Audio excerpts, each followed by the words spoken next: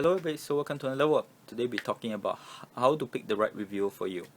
Now, this came about because I feel there's a lot of time wasted and also a lot of money is sometimes wasted on before a person figures out whether what they're doing, or especially with purchase decisions from certain reviewers, is the right fit for them. And before they know it, after they done all the purchases and everything, then they found out that guy and me, they're on different wavelength. And sometimes it's not even the reviewer's fault. It's just that he's giving his opinion, but the person watching has not connected that their wavelengths are pretty different. So I came up with a more organized method based on the Nash theory of economics to help save yourself the time and the money. So let's get into that. The first tip is the easiest. If you just get into a hobby, ask around people who are in the hobby. If you're honest with yourself, and I'll be using board games example today because that's my hobby. If you're honest with yourself, just ask around. People will usually lead you in the general right decision. The bad thing about this is that you are working based on the biasness of that person on you, or his own biasness on, let's say, what he's watching. So that's dangerous, but overall that's a very good place to start. Example, in board games, if you ask me, I want to look for a game and want to see whether it's good for me, then the best place for me is watch it played, because it's like a good news channel. They don't tell you whether the game is good or bad in their view. They just tell you how to play the game, and they let you look at the playthrough of the game, and you make the decision. The bad side of it, of course, you must put in the time. And because of its high production values, it doesn't have a ton of a library for you to look at, especially if you're looking at war games and such the longer games. But that's an example. If you asking me, that's what I would have told you. So that's the first tip. Ask around for the veterans in the hobby, or even your friends who are in the hobby. The more detailed one, which I feel is more organized and based on the Nash theory. Before that, give credit where credit is due. I watched this whole full lectures on the Nash theory from Yale University.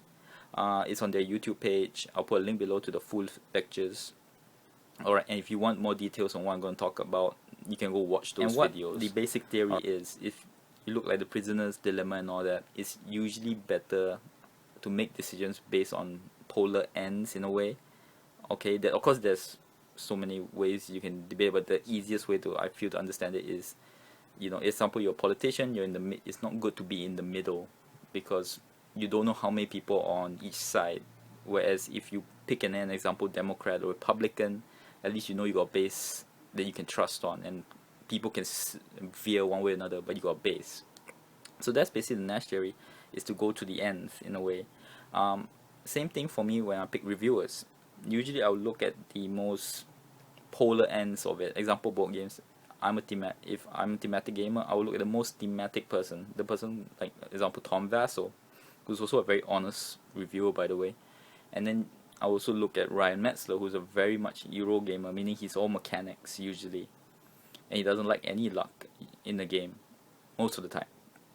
So by picking the two ends, you can compare and contrast them, and then make a decent decision. These are the people I would say you can choose your polar ends in any way you want. Example, if you're a couple, maybe like Rado, because he literally is on an island playing with his wife board games, for example. So you can use that, whatever your polar is. And then after that, if you want to make a purchase, that's when you go watch the others. Because why is it you would do that is because, like any good scientific experiment, you need a control. And the reason why I won't dedicate a lot of time to don't watch every one of the other because there's so many reviewers. Every one of their videos is because they usually have a problem which I call like everything syndrome. And it's not their fault. I truly believe they like it, but the problem is that most of the time people are just naturally inclined not to offend. And for certain people, especially people with huge board game collections and everything, a game that they played, which is a 6.5 to a 7, they would say it's a great game.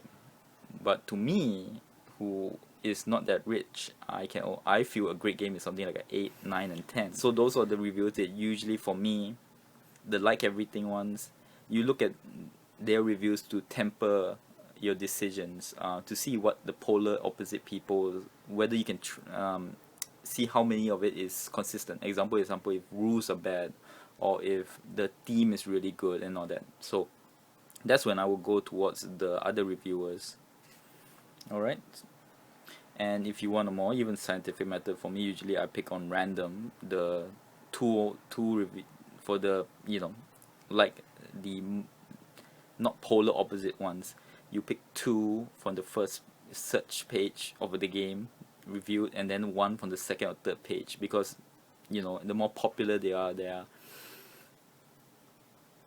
issues that, such as